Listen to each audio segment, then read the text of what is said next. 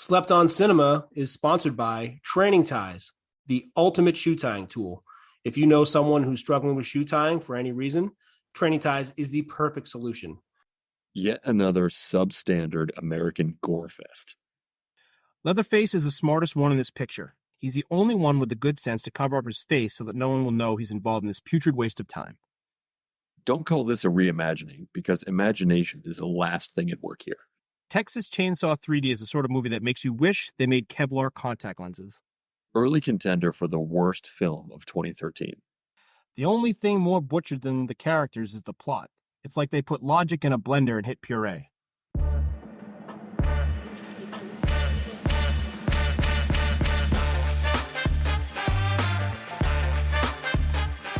Welcome to this week's episode of Slept on Cinema. I'm your host, Stan Steamer. And I'm Grove Street. This week we're getting into the 2013 horror classic, Texas Chainsaw, or maybe Texas Chainsaw 3D, depending on how you want to describe it. This movie's great. This movie was a lot of fun. There's obviously been a lot of these movies out there, and we'll probably get into some of that, but I had a lot of fun watching this. As always, our podcast is structured so the first half of the podcast is spoiler-free. We talk about some things to look for in the film, take a break, go watch the film, come back, and talk about what we just went through. And this movie, somehow, like all the other movies we review, are at or below 50% on Rotten Tomatoes for both critics and audiences, which seems impossible here. This movie kicked ass. Yeah, it did kick ass. This movie was awesome. My wife and I had just run through all of the Texas Chainsaw Massacre and versions of it a few weeks ago, and this one just sort of like popped out of nowhere. There's some bad ones in that, especially the second one. I don't know if you've gone back and watched it, but this one is just they just kind of handle things very differently, and I'm excited to get to it and especially get to the other side so that we can talk about it openly with everyone having seen it. Yeah, it's funny. For me, there's obviously one of the great things about horror movies are the horror franchises that you can sort of just do as you said. You can pick one and just run through it, and they often span multiple decades and multiple directors, and you get a different feel and flavor for all these different ways you can treat sort of the similar story. That doesn't happen as much in other genres, and it's really fun. But for whatever reason, I never really considered the Texas Chainsaw Massacre franchise as a franchise. Like in my mind, I knew these were out there, but this wasn't one of those ones that I would churn through. And I think that's going to change now. I've only seen the original and now this one, so I'm going to have to get a taste of the rest. I wonder if it's partly because their names aren't always like Texas Chainsaw 2, 3, 4. They'll have like Leatherface. They'll have this Texas Chainsaw 3D, another like Texas Massacre. Like they kind of like mess around with the title a little bit. So you're not even quite sure if it's the same world. Sometimes it's not the same world, but some of the same characters. So I think it's very easy to just let these ones slip through, not realizing there's been, 9 versions of Texas Chainsaw Massacre that's been made so far. But yeah, I think I had no idea. What you said that you like, and I definitely like too, is also I think what a lot of the critics hate is they're like, oh, you can't make this type of this movie again. We've already seen all versions of it. It's so derivative. It's so like we've seen this before. And I think we look at this very differently. It's like, oh, there's a whole new reimagining of this world that we already love. Let's see what direction this goes. It's not like it's stealing ideas or we're looking at it like, oh, this isn't as good as the first couple ones. It's quite the opposite. We're like, we love this character and world already. Let's take another director and producer and writer and actor's whole view on this thing we already know of, and let's see it. And I love the reimaginings of this stuff. So all the critics that hate this stuff for the reasons that they've seen this before, that doesn't bother us at all. Yeah, I mean, I think that's exactly right. I think whenever I hear someone say that something's just derivative, I just instantly discount the rest of whatever they're saying. I mean, people use that word as a way to just ignore all the unique things about whatever it is. Like, oh, it's derivative. It's like, okay, everything's inspired by something else. That's how the world works. It's a horror slasher movie. Whether it's called Leatherface or something else, it's going to be derivative. Right. Things come from other things. You take inspiration from all different sources and you put your own spin on it. It's still derivative. Sure. Who cares? Yeah. So I think it's just people like to use derivative and then sound smart and then give it a poor rating and they pat themselves on the back. Yeah. Bunch of jerks. Can I get to the rotten premise? Let's do it. Rotten premise. Decades ago, residents of Newt, Texas, long suspected that the Sawyer family was responsible for the disappearances of many people. When their suspicions finally were confirmed, vigilantes torched the Sawyer compound and killed every member of the family, or so they thought. Much later, a young woman named Heather learns that she has inherited Texas property from an unknown relative, and she is unaware of horrors that await in the mansion's dank cellar. Critics, a lowly and expected 19%. Audience, higher at 40%, but still very, very low. This movie is just, we've talked about it already, it is just a streamlined, fun horror movie. Yeah, it's great. It's tightly done. There's no fat on this film. Nope. And you can tell that with our, like, for me, the bolos and the draft, I don't have a ton written down. I have a lot. Obviously there's so many fun parts of this movie, but it's not like some of the other movies where there's just so much stuff. This is it's a tight movie. It's about, an hour and a half? Yeah, perfect. There's no fat on it at all. So this movie came out January 4th, 2013. Once again, opened number one. We're right back. Took in $21.7 million its opening weekend. Knocked off The Hobbit, which is no easy feat. So This thing had some serious punch. Low center of gravity.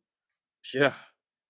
Took in $47.3 million worldwide, not just a $20 million budget. So again, this is, as is often the case in this genre, these movies just crush. These movies make people a lot of money, which they should, because they're great.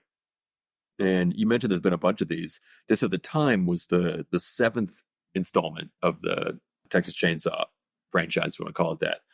But this is really just a sequel to the original. So I think in many ways it kind of sidesteps those other intervening films. So I'm glad it did. Keep that in mind when you don't have to have seen any of the other films. You probably, I mean, if you're watching this, you've probably seen the first one already, and you probably should, but I wouldn't even say you have to.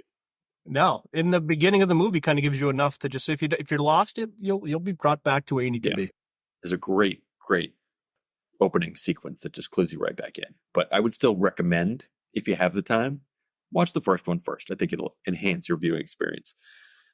There did end up being a prequel to this version of the film, Leatherface, which was released in 2017.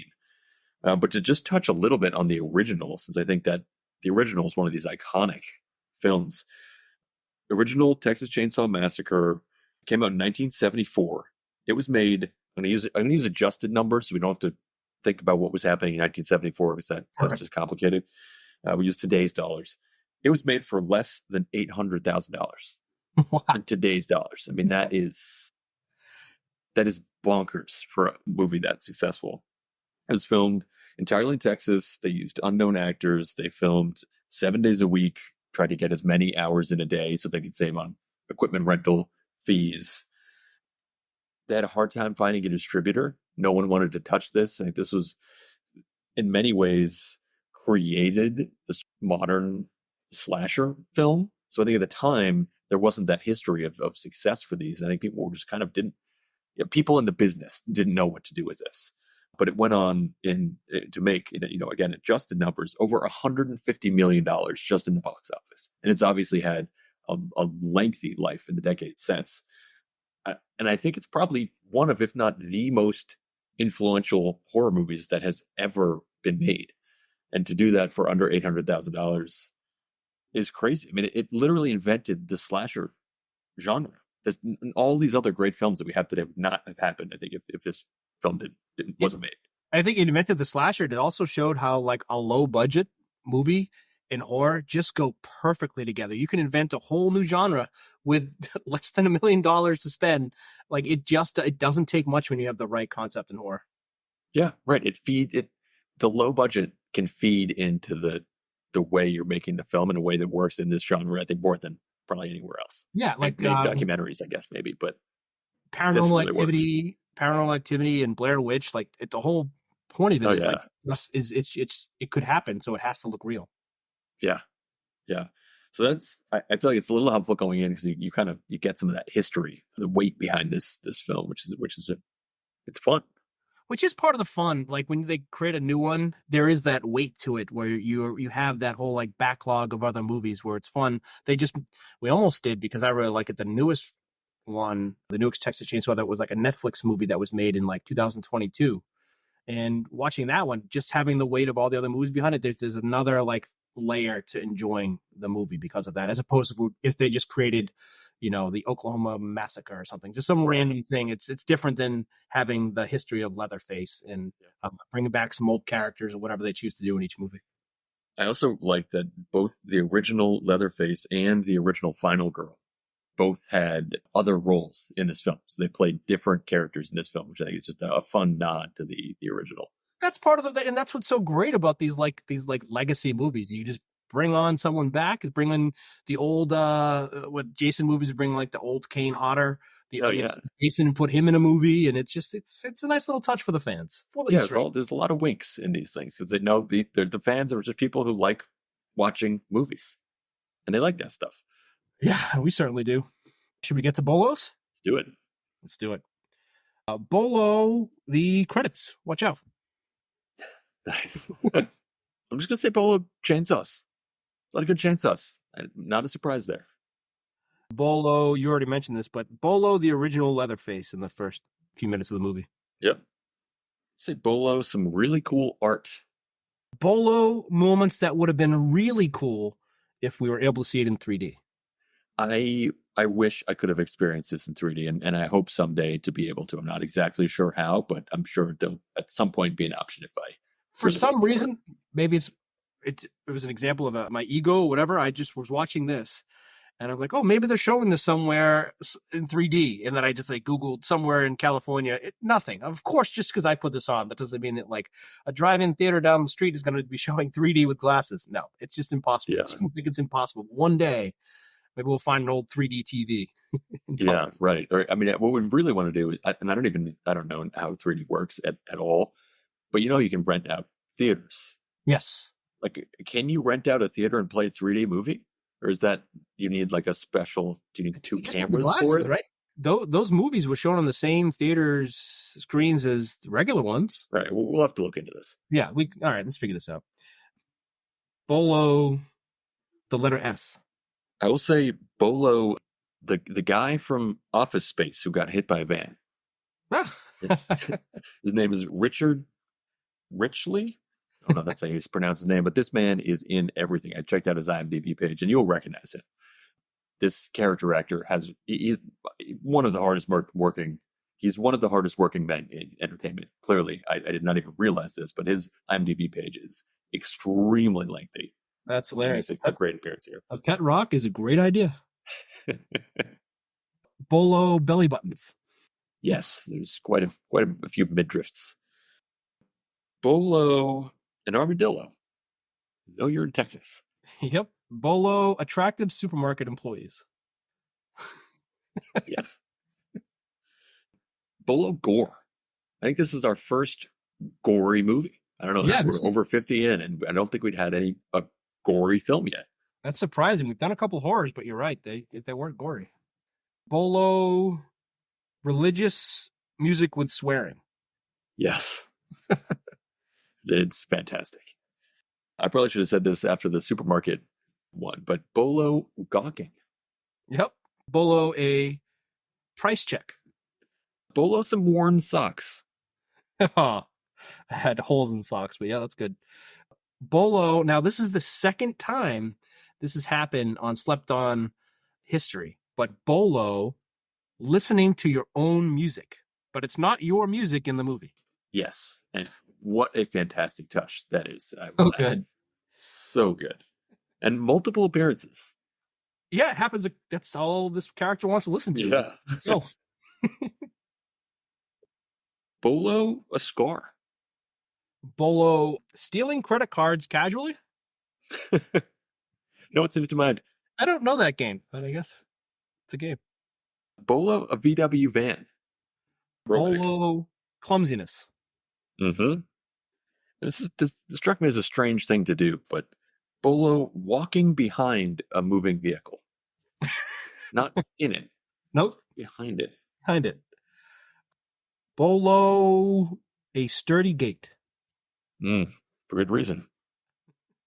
I want to say this is a Grove Street special. Bolo comeuppance. Ah, gotta love it. Bolo, awful driving. Just very disappointed. Yep. Awful. I'll say Bolo, and this is another slept on favorite, and it's kind of a surprise here. I'm not sure it needs to be there, but Bolo a Carnival. It's always fun to throw that. That reminded me of, it didn't happen like this, but if you remember, was it Jason versus Freddy? They had the field scene, and I thought that was very much just a crazy maniac running around, all a bunch of other people. And to go along with what you just said, Bolo, no help from strangers. Yeah. You're on your own. You're on your own. Bolo dates. Oh, Pay attention to the dates. Yep. Be on the lookout for dates. Big deal, not a big deal. Who cares? I don't know. Bolo and Eagle. Yeah. Great to see. Bolo the door. I feel like if you saw the first one, great door in the first one, and they keep that tradition alive here. Oh, I might have a new draft pick here. That's good. Bolo backup. Hard to find. I had literally, that was on the next on my list. Bolo backup. Agreed. You might be looking up for a while. This has been my last one, and this is just a favorite of mine. Bolo Alex from Lost. Whenever I see any character who is in Lost, that's who they are in my mind. It doesn't matter how famous they go on to be for any other things. They are the character they were in Lost. So it's a big hole in my knowledge. I have never seen Lost, so I have no idea who Alex is. You should probably, well, I would say watch the first episode, because the first episode's amazing, then don't watch any of the rest of it. Oh, that's perfect. I can watch one episode. Yeah, nice. One episode. The first episode's great. And then I'll watch one episode and say I've seen Lost. Yep, you have. All right, I got a couple more here. Rattle off quickly. Bolo, bad hiding spots. Bolo, Halloween candy. Bolo, sewing. Great sewing movie. Bolo, calling for Bert. Bert. There's a lot of that. And last one, I wonder if you caught this, but Bolo, Marvel-esque end of credit scene. I don't think I did.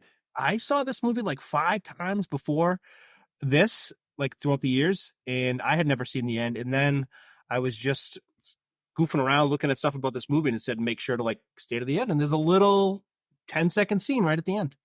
Oh wow! I must have just missed it, because I watched a lot of the credits too, and I clearly didn't wait till the end.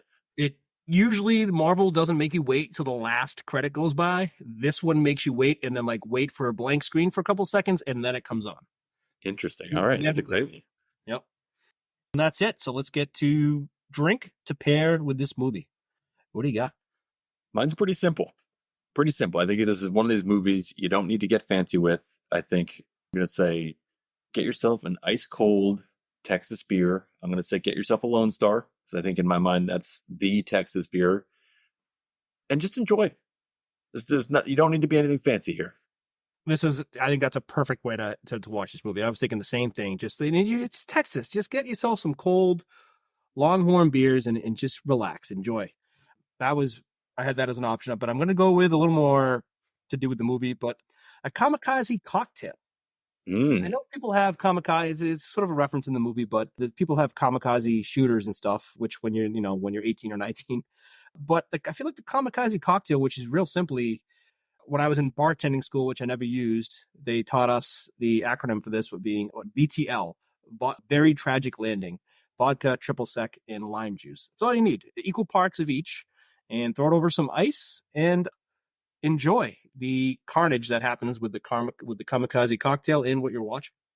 Now, I almost there was a blue kamikaze cocktail, and then I realized that we had our little pact where if there was blue curacao and drink, that we would have to drink it. To make it, yeah. We did not. I did that tonight. I'm fine with my wine, so I almost picked the blue kamikaze cocktail, but because I didn't want to have it tonight, just a kamikaze cocktail. That's great. I'm down. Any cocktail that has lime in it is like guaranteed ordering that if I see it on a menu. So that sounds perfect. Totally agree. All right, so have your beer, a kamikaze cocktail, and this is a blast. Enjoy, and we'll see you on the other side. Enjoy.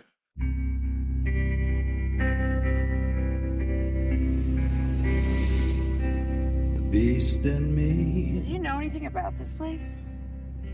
Just the address. Is caged by frail and fragile bars. Wow. restless by day and by night, rants and rages. Look like Granny likes to play a little pool. What exactly did Granny do for a living? I have no idea. I just learned about her yesterday. The beast in me. God help the beast in me.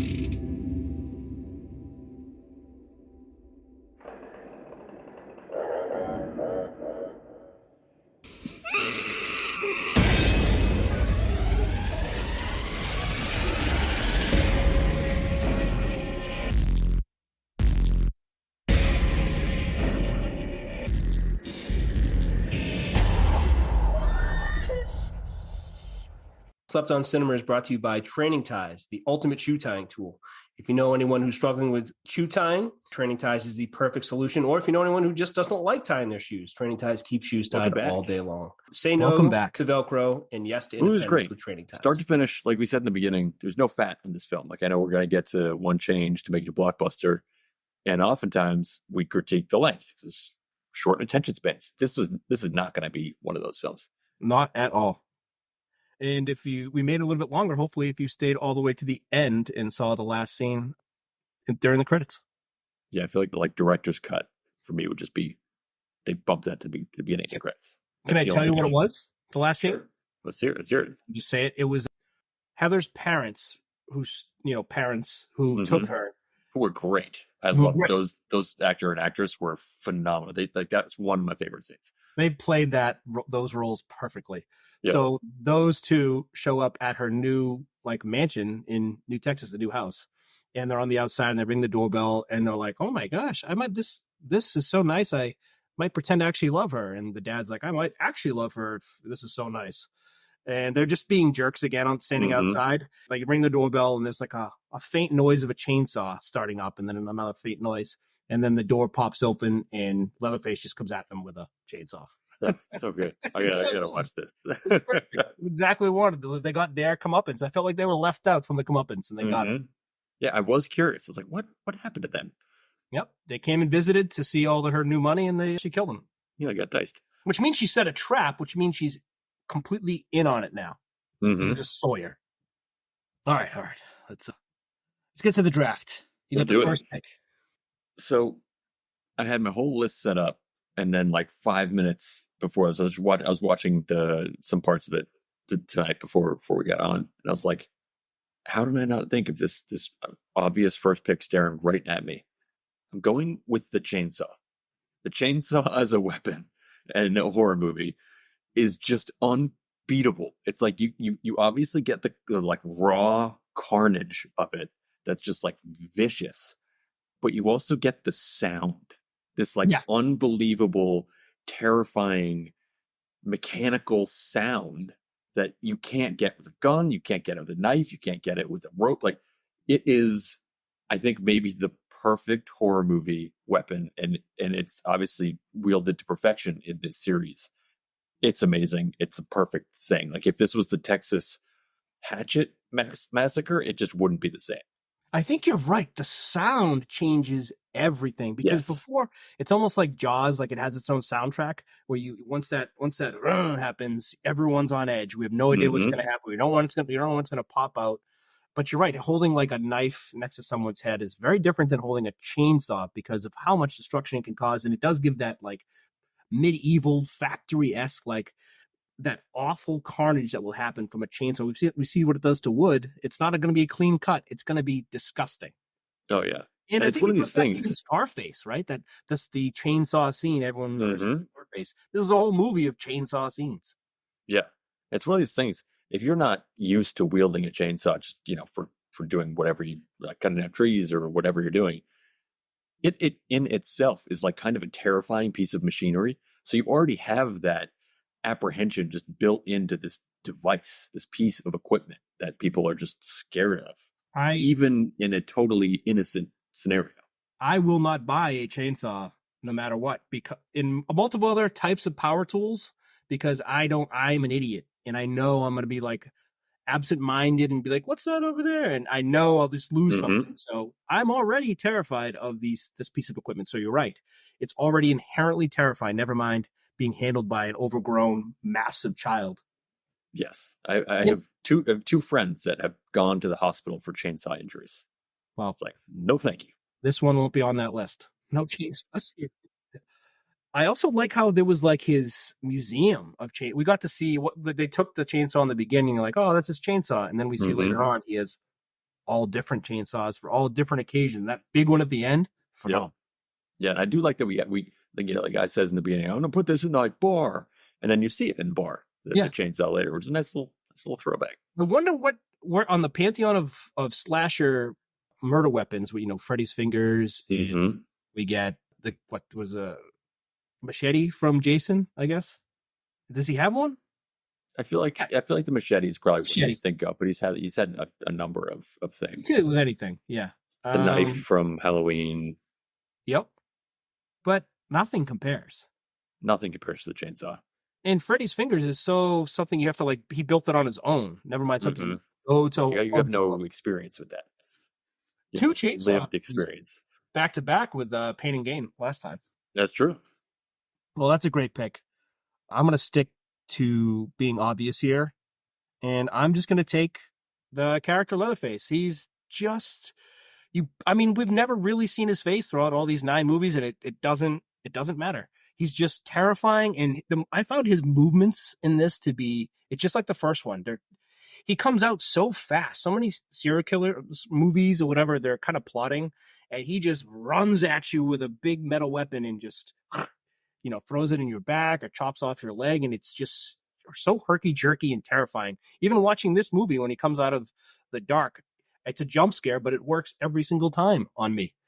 Yeah, he's a great character, and I feel like they do a great job of giving you just enough information so they keep him very mysterious, and that adds to the creepiness of him, because you don't understand what's going on, what caused all this, and maybe you probably learned some of that if you watch the prequel Leatherface, but at least in the original and here, you just don't know enough about what's going on, and that is crucial for the character. Yeah, it makes it even creepier. And the whole wearing someone else's face, that is, can you get creepier than that? That's amazing. A mask is already creepy, and then a mask of somebody's face. So many times in these movies, they're just like, he was wearing a mask. Like, what kind of mask? It was someone's face. Like, you can't even describing it is terrifying. And then showing him slow it into his own face. Yes. He's committed to it. Yeah, I was just going to say that scene was an amazing scene too. Yeah, because it shows you his commitment, his insanity. It just adds to the mysteriousness of the whole situation. So I had to choose him as the first pick. And then the second pick, I thought this movie had an amazing poster. The poster / box cover. I think it even was nominated for some awards back in the day for... I hope so. Yeah, I think it was nominated for a number of small little awards for just how cool the poster is. And here's the poster. Evil wears many faces. How perfect is that? Wow. Yeah, that's one of those lines you come up with that, and everyone is just instantly high-fiving all around. Yeah. But when you're scrolling through all the now the posters show up on Netflix or whatever medium is that you're watching, so you get to see it on there, and that one just pops out. Oh, maybe it pops because it was meant to be 3D. But it's just it's a great poster, and if you see that image, I don't know how you're not going to watch the movie. Yeah, it matters. Stuff like that matters. It does. That's great. My second pick, I'm going to take Alexandra Daddario. She was amazing in this, and it's one of these performances that I don't she is now, she's definitely famous, right? She's been in a lot of things. She's a very recognizable person at this point, but I still don't understand why she's not one of the most famous actresses we have. Everything I've seen her in, she's been great in. She's obviously gorgeous. She can act really well. She has range. She's been in a whole bunch of different types of films. I don't understand why she's not A+ list actress right now. It makes no sense to me. Yeah, it's funny. I guess I was thinking of her as up there, but maybe she isn't when compared to a lot of the actual A+ ones. It's a name Alexandra Daddario, but you're right. I guess there's no Oscar movie that she's won or anything like that we would point to. And maybe that's about to change. I feel like it has to change. So maybe we're just around the corner. And and nothing. This is not taking away from her career at all, because she has an amazing career. But I don't think she's hit that A+ status yet that she deserves. Yeah, maybe you're right. Maybe this has all been a prequel to her real career that's gonna blossom after this. Yeah, because she was. I mean, this is a tough role, and I feel like she nailed it. It's great because she does. Do you play it like campy? Do you play it too over the top? How do you play this sort of role in the horror movie? And you're like, how do you fall and have it be believable so many times, or hold on to a Ferris wheel as it's going up? And like she just did it all so well. The perfect horror final girl. Yeah, and in these horror movies, I mean, you have to have a real range, because you have to be terrified, you have to be vengeful, you have to be, funny. You have to. There's a whole wide range that you have to show. And yeah, and she does all of that. She should be A+. I'm just saying that. Plenty of time. That's a great pick. And my third pick, got a lot of things that I feel like fall into this third pick level category, but I'm going to go with just the concept of a surprise inheritance. Like, is there any better surprise than a surprise inheritance? No, because usually surprises or things in the mail are never good surprises. The game of Monopoly doesn't really. Chance is always bills. Yeah. Community chest is always bills. It's never, someone died and you inherited a mansion. That never happens. But it's all something we continue to think is plausible. Yeah, it's something. Most of us probably know our grandparents and family, but there still might be something that happened somewhere. It's the long lost uncle. Long lost uncle. Yeah, I mean, you feel like everyone has to have one based off of how much it happens in films.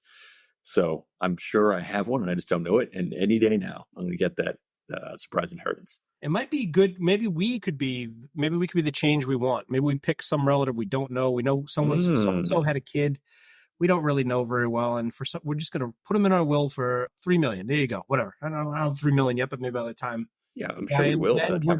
For sure. We're the change we wanted when we were alive. I like that. All right. We need to go on some genealogy site and find some distant person, and then do a little bit of research. I don't want to just give it to some asshole. No. But it would be nice if they're like dug in Texas and they have to come up to Boston to get their money. Yes. And I feel like we should also record like VHS tapes of us talking to them. Oh, absolutely. Yeah. It has to be VHS. 100%. If you're hearing this, that means that I've died. All right. My third pick, the opening scene. The opening scene. The opening credits mixed into the opening scene, like taking the footage from the original Texas Chainsaw and then making it seem like it was the next day this movie started. And I realize there's a bunch of, we'll get into it later with like the timeline of this movie and it being under question with good reason. But the coolness of just being like, that's where that 1974 movie ended. And, 40 years later, we're going to pick up right from there. We're going to forget about all those other movies that were made. Some of them trash, some of them good. Doesn't matter. We're just going to, we know, and most people know the original story of Texas Chainsaw Massacre. And we're just going to pick it up right there. I love that too. As the 7th movie in the installment, I think it's nice to not, sometimes you just like forget all that other stuff that was made. I don't care. We're going back to the original one and just going from there. Yeah. Do what you want to do. I loved that opening because I've seen the original a number of times, but it's been a little while. And just those sort of flashes of scenes from the original brought me right back. It was like as if I had just watched the whole movie. It was enough to just make me remember the entire first movie, which is all I need. There's certain parts of those little clips that made me remember the entire movie too.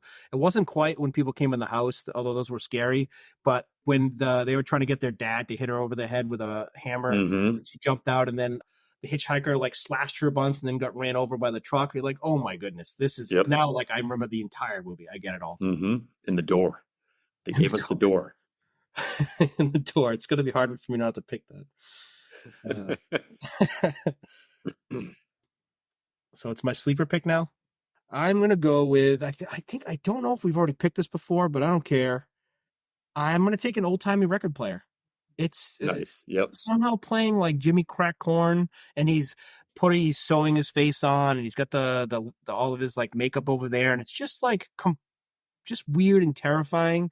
And so for some reason, I don't know what it is. It's like having a movie where they have like an old rocking horse or something like that next to an old record player, whatever that is, the record players you have to like crank and they have those speakers. There's something about them is just terrifying. Yeah.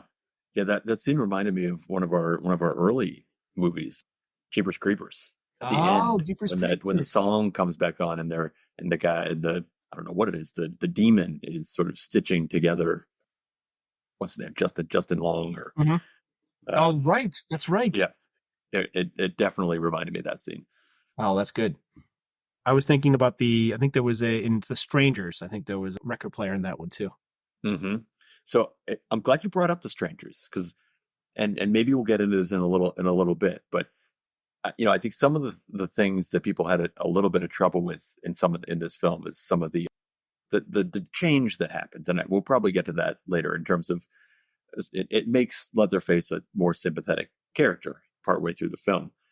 And it made me think of The Strangers a little bit, which is another film that we've done previously, where if you think about this as The Strangers, where from Leatherface's perspective, he's hanging out in his house, minding his own business. Not that he maybe didn't mind his own business other times, but right then he's minding his own business, and all these people show up in his house, and they're, from his perspective, terrorizing him.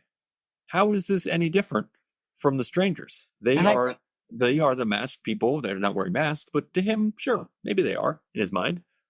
And I think that's part of what this movie does, is kind of take a look a little bit at these people are coming into his house.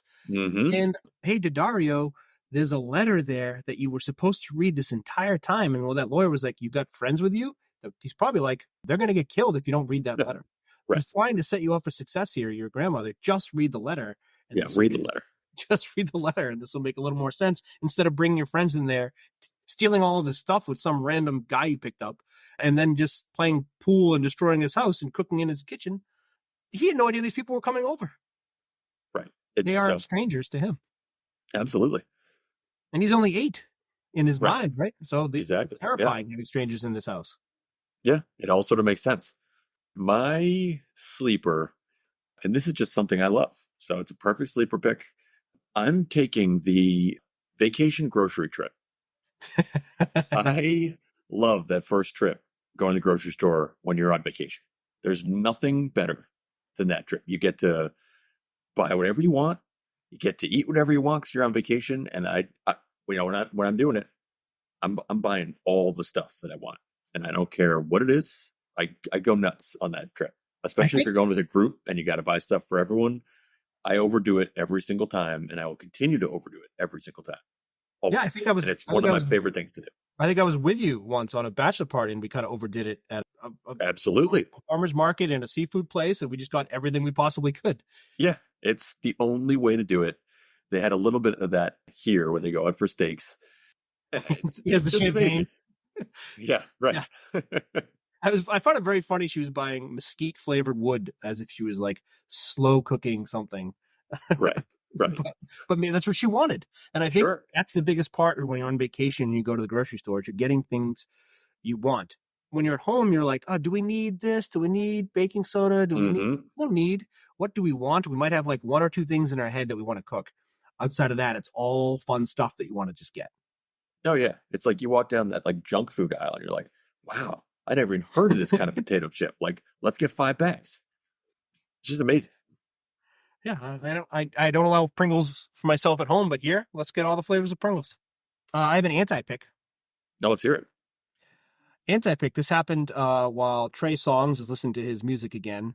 I almost picked, by the way, the Trey Songz, him flipping the Volkswagen after Leatherface takes out he takes out the wheel and he just watches this idiot drive for like 3 seconds. That was the funniest part of this movie, when he just flipped that van. It's like, maybe go a little slower, dude. Right. The wheel. It didn't need to happen. Did not need to happen. He was such a bad driver. But the anti-pick is drinks on the pool table. Trey Songz put his like little thing. It's such a jerk move. Everyone who always does it has the same view, like, well, I'm not going to knock it over. Everyone has always thought that. And it's not even about you knocking it over. It could be anyone, any accident. And all of a sudden you go from having a little spill on the ground to now being on the table. It's the biggest like jerk move in a bar. There's always someone who thinks it's fine to put their beer or bottle down on the side of the pool table. It's ridiculous. Right. It's like, it's for people who just think accidents don't happen. It's like, Yeah. that's the whole thing about accidents. You don't mean for it to happen, and yet accidents happen constantly. Yeah, Like, things go wrong more often than they go right. That's just how it works. That's how accidents work. Yep. Yeah. Otherwise, everyone thinks they're a great driver. No one ever needs seatbelts, but accidents happen. And accidents definitely happen because it doesn't take much at all. And plus, people are usually drinking around drinks. Yeah. So yeah, it's a good, don't excellent put it point. I used to hate that so much. It would be at like bars playing, and someone would play against would put their drink down. And it's not our pool table or anything, but it's just a matter of just like, can you move it? Come on. I don't want to knock that over and have it be my fault that it's there. Right. Especially in a bar.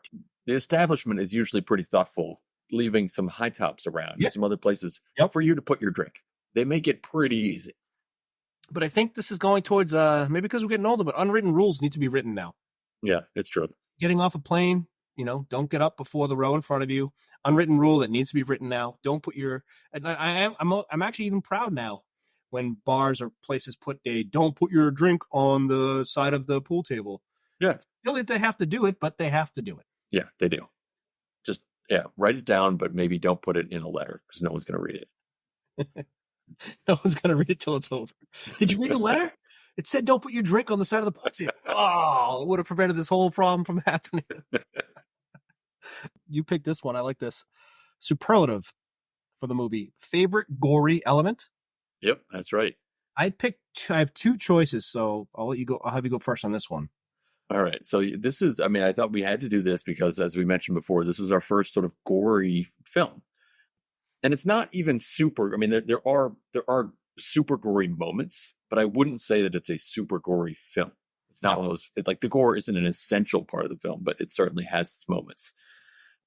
And what I'm going with, and this isn't even by any means the goriest at all, but I'm taking the meat grinder scene at the very end. And what I love about this scene, and it's certainly not the goriest, it's certainly not, it doesn't even involve a chainsaw, which is surprising, but you have a scene taking place in a meat plant.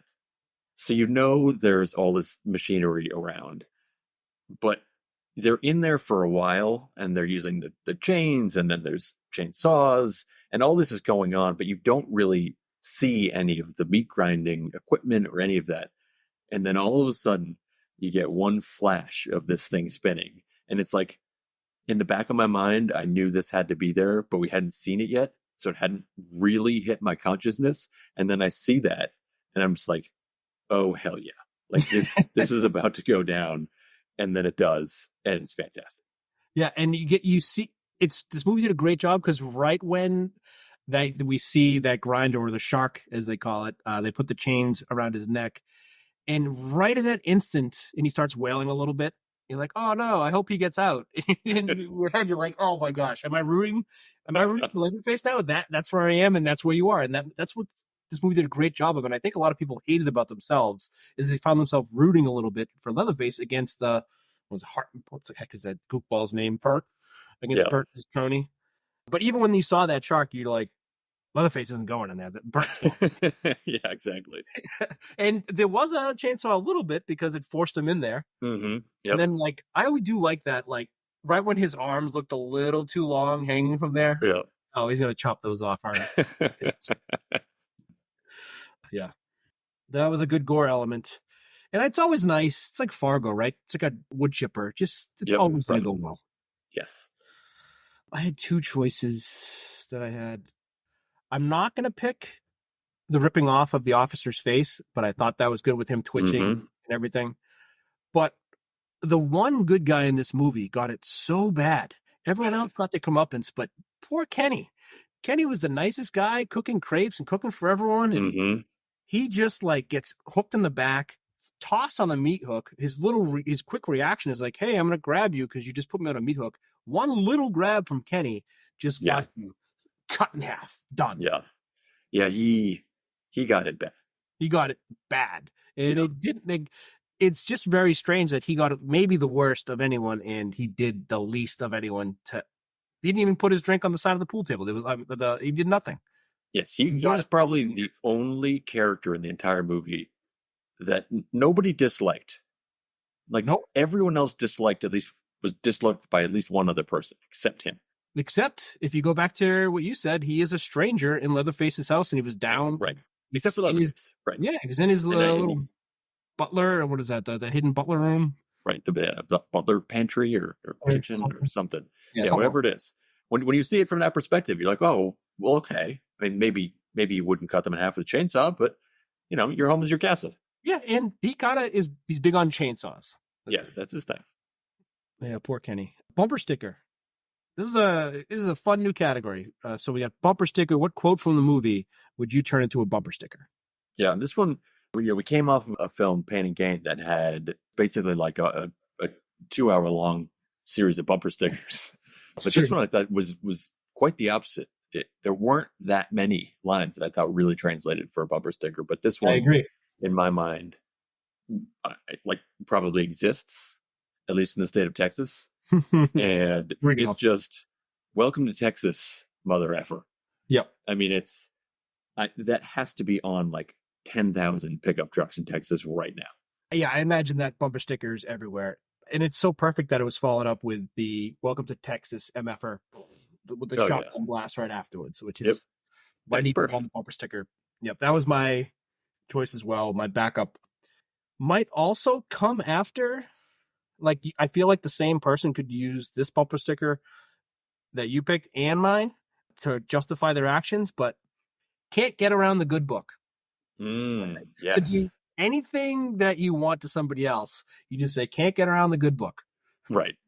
Absolutely. Because that's what you put it exactly right. You can justify pretty much anything. Yep. If through whatever lens you want to look at the Bible, and people do. So yep.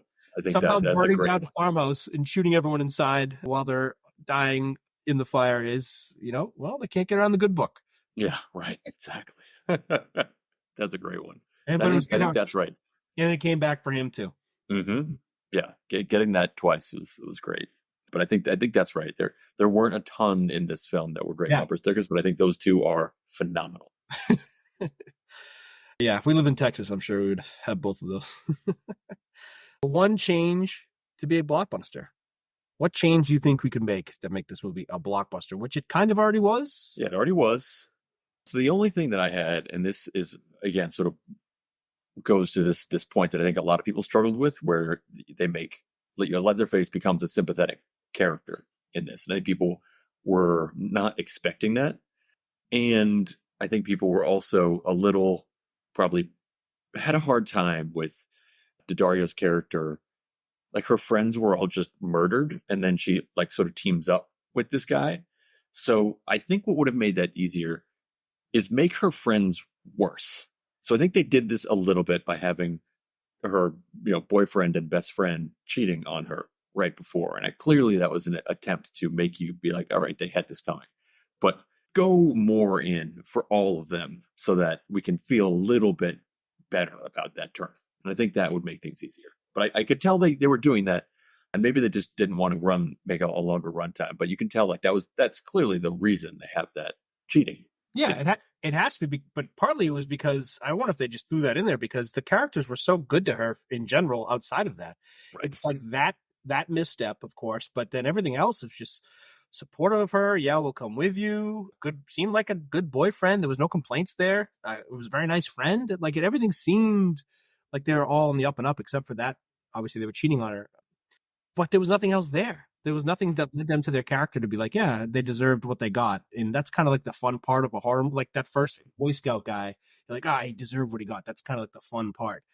But it wasn't that fun to see them. Right.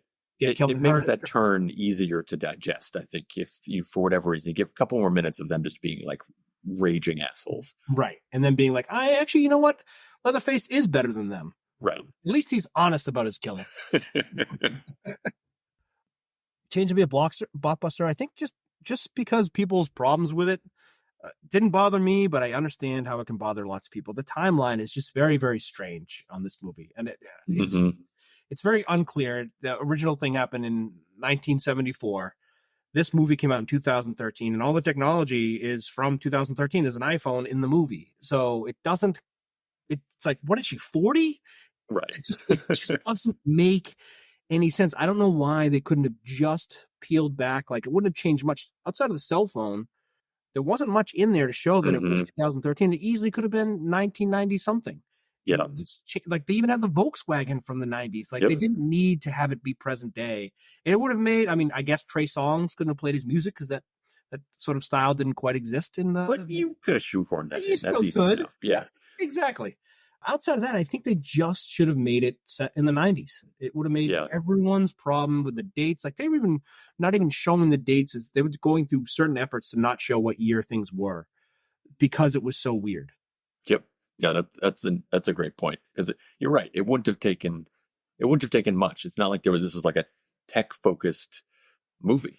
You know, it would be very easily 70s van. Right. Exactly. That you already got the hard part.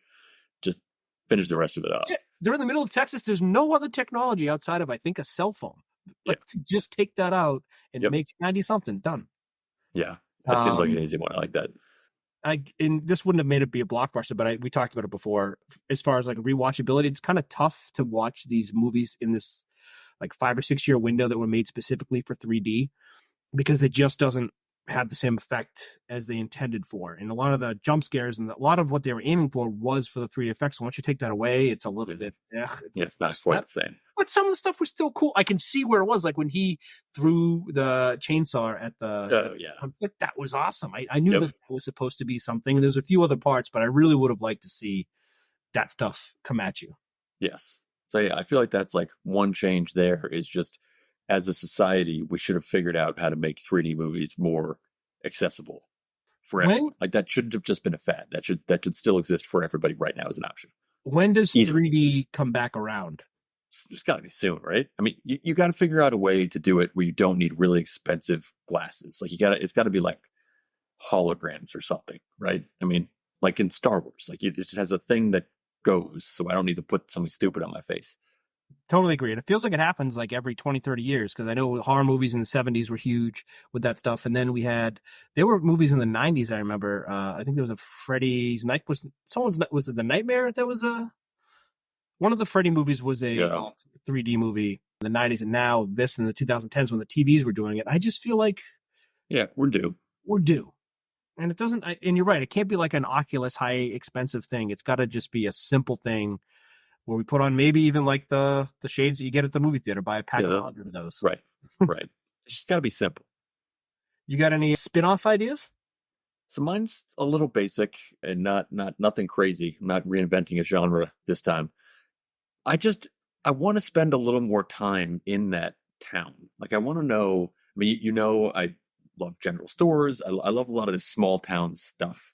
So I'd like to spend some more time there. And I think there's something there for seeing what took place in that indefinite amount of time between the first movie and this film. Because it seems like there's a bit of an open secret, not just of what went down at that house, but that there's still something going on. Like it seems like, obviously the lawyer knew, and you get the sense that there's a lot of just kind of looking the other way with this whole situation. And I kind of like that, like small towns where everybody sort of knows something like that. Like the town has a secret. I like that concept, and I'd like to spend more time in that town. I totally agree. And it's one of those things where you could get there and then, an hour into the movie, realize everyone was in on the secret except for you. Yeah, right. They've known it the whole time. Because there's nowhere else. Like if you live in a larger place than a small town, you can't have a place that has a secret. But in a small town, the town can have a secret. And there's something that's just a great thing in a movie when a town is a secret. Yeah, it's like it happens, and it's probably a trope because of this movie, but the small Texas town that you stop for gas, but you shouldn't stop at that gas station. And all the locals don't stop there. They know that. A couple towns over know not to stop there. It's this town secret. If you stop there, I mean, you're going to get butchered or your whole family's going to die, but we're not going to do anything about it. We just don't go there. That's what the tourists to do. We know. We know, yeah. It's almost like the dead ends of like Boston. You're like, we know. It's fine. It's for tourists to deal. We don't have to fix it. All these one ways, we don't have to fix it. We know where we're going. It's for people who are outside of the city that's their problem. Yeah, exactly. So at the end, it seemed like Heather and Leatherface were like really joined. And then, of course, with the end of credit scene, it's clear that she called her, her parents to come down Mhm. to have them murdered by Leatherface. So she's fully invested. So I just imagine a scenario where her and Leatherface are just kind of cohabiting and living together, just like her grandmother used to, and she's taking care of him and just staying to themselves. But then, kind of like the strangers again, the descendants of the Hartman crew is like, maybe a brother of the sheriff who's just like him, and a bunch of the people who are killed by the Sawyer. Lost nephew, perhaps. When he died, he got a bunch of money as long as he came back and killed the Leatherface. No, so the Sawyers killed, and the Hartman crew get together, and they want to put an end to this once and for all. And they basically just storm their estate to the point where now Leatherface and Daddario have to work together to kill all of these Sawyers who we should feel, all the people that were killed by Sawyers, we should feel bad for, but we don't anymore because we're fully on the side of Leatherface and Daddario. And they basically just defend their house together, murdering all these people, trying to get revenge justifiably, but who cares? Yeah. I like that. It's like they worked to flip the allegiances of the viewer in this film. Let's just go all in on it. Oh. I like that a lot. It's like, then you're just like, you're free to enjoy it. Yeah. These people have a right to want the crazy chainsaw murderer dead, but it doesn't matter because Daddario and him are on the same side now, and you came to his house, and in Texas, you don't come on my lawn. Exactly. Of all places. Of all places. Yeah. So that's what we got. Notes. I really like that "God Will F You Up" song. I was just about to say that was like almost maybe my only note. The song itself is great. The way you experience it in the movie is fantastic because it's like, they're in this band, they just pick this guy up, and this song comes on, and I never heard the song before, but you think it's going to be like just a Christian song, and then bam, God Will F You Up. Yeah, that was the best part. You just knew, like, it was the perfect song for this. A little light, but also like, you're going to like God country. It's just perfect. This movie made me think a lot about the Geico commercial where they chose to hide behind like chainsaws and all the most dangerous places when she's hiding in the grave and she's on the Ferris wheel going nowhere. Yeah, quick, let's hide behind the chainsaws. Yeah. Yeah, it's like the director of this film directed that. Yeah, exactly. It's like exactly this. Yes. I got Read the Letter. The movie would have been very different. Yeah, read the letter, and that's like the life lesson that comes out of this. Someone writes you a letter, read it right away. Yeah, especially when inheriting a dangerous house that no one goes to in a small town in Texas. Yeah, read the letter, but also like maybe be more forceful about reading the letter. Lawyer guy. Good point. Yeah. Let's see what else. How extreme a situation are you in when hiding in a coffin is your best option? Like, that's pretty wild. I guess it would have to be being chased after with a chainsaw, but there's not many other. There wasn't a good idea this time. Because if you're going to be in it, if you're going to do it, make sure you can be quiet because you have nowhere else to go. We've had someone else in a coffin. The nun. Yeah. Yep. But I don't think he wanted to go in there. No, he found himself there. Yeah. The coffin, I think maybe it was the coffin part that really got me to think it was a Geico commercial. Just like, this is clearly we could get away, but we're just going to hide in the ground. Yeah.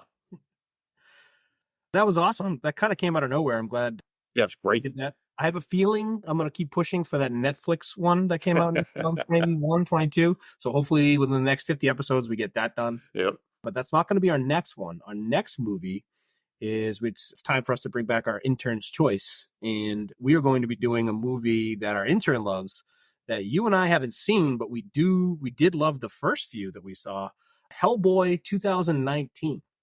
Yes. Next. I'm excited for this because every intern's choice we've done has been awesome. I thoroughly enjoyed them. And I think in each instance, I hadn't seen the film. So each time it's brought me something new, which I think in many ways is the whole point of this podcast. So right. It was Scooby-Doo. And what was the first Scooby-Doo and what was the other one? Megan's body. Jennifer's body. But Jennifer's body. Megan's body. It's basically Megan's body. Yeah. We've retroactively gone back and renamed Jennifer's body because everyone's confused to Megan's body, and it turns out this is now a blockbuster hit. That's what we should have just named that our own thing. Yeah, so the other ones we've done were Jennifer's Body and Scooby-Doo, and they were both, like you said, I hadn't seen them either. This is perfect because I haven't seen the Hellboy from 2019, but he says it's good. We trust him. The other ones have been good. Can't wait. Yeah, can't wait. This was awesome. All right, so next time. Later. Yeah, later.